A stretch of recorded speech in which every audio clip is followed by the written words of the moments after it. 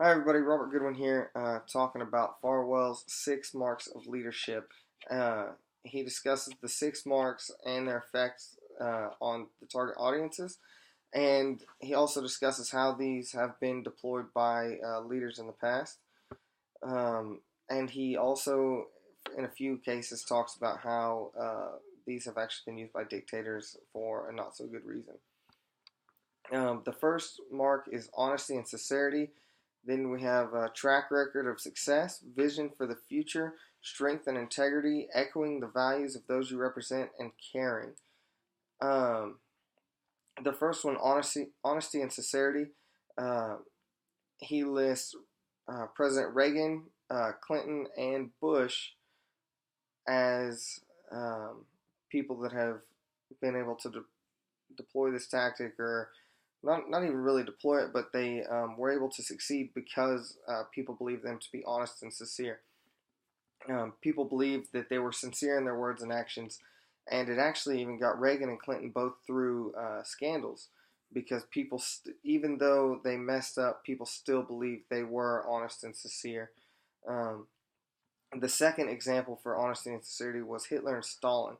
They portrayed themselves as men of the people, for the people, who sincerely cared about their countrymen and wanted to solve their problems, when in reality that wasn't really it at all. Um, and I think we both know how those last two turned out. The second one, track record of success. People don't want you to hang your hat on past achievements. They want to know what have you done for them lately. They can also look at that track record as proof that you can and will deliver on the promises. And they want to make sure that you are striving to do exactly that. The third one, vision for the future. People are motivated by hopes, fears, and desires. Hope is a function of optimism, fear is a function of pessimism, and then desire is a function of both, because people want to both achieve and avoid their hopes and fears.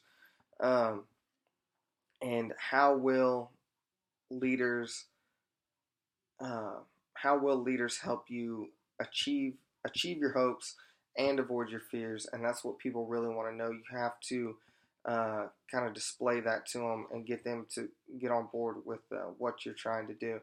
Reagan's ad "It's Morning in America" is actually a good example of a vision for the future, because he had children raising flags, young people at weddings, and workers returning to work. He had people looking vigorous and optimistic, and his message was that Reagan for the future meant fresh opportunities and people realizing their hopes and dreams.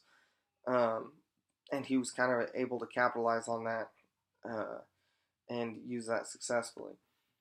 Uh, Number four is strength and integrity, and President Bush was able to kind of capitalize on that, because people really, whether you were on one side or the other, I think a lot of people believed that he was passionate and did believe in his cause, um, and so he was sincere, and his convictions kind of really led him. Another example of somebody that was personal strength and integrity was Franklin Roosevelt. He, like Ronald Reagan, was seen as a leader of personal strength and integrity, and Roosevelt led people through the Great Depression and World War II, and people kind of really leaned on him and looked to him because he was kind of a pillar of strength and integrity through those rough times. Number five is echoing the values of those you represent. Um, are you with us or against us? Are you good or bad?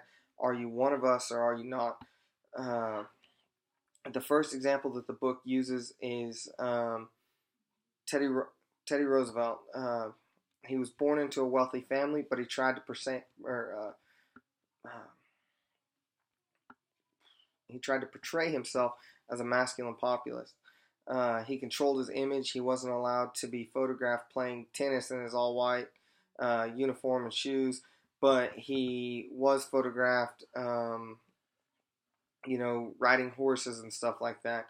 And he actually unsuccessfully ran as a cowboy, or as the cowboy of the Dakotas, for mayor of New York City. On tough issues, people tend to stand on both sides, and the second example in um, the echoing the values of the people you represent is Pakistan.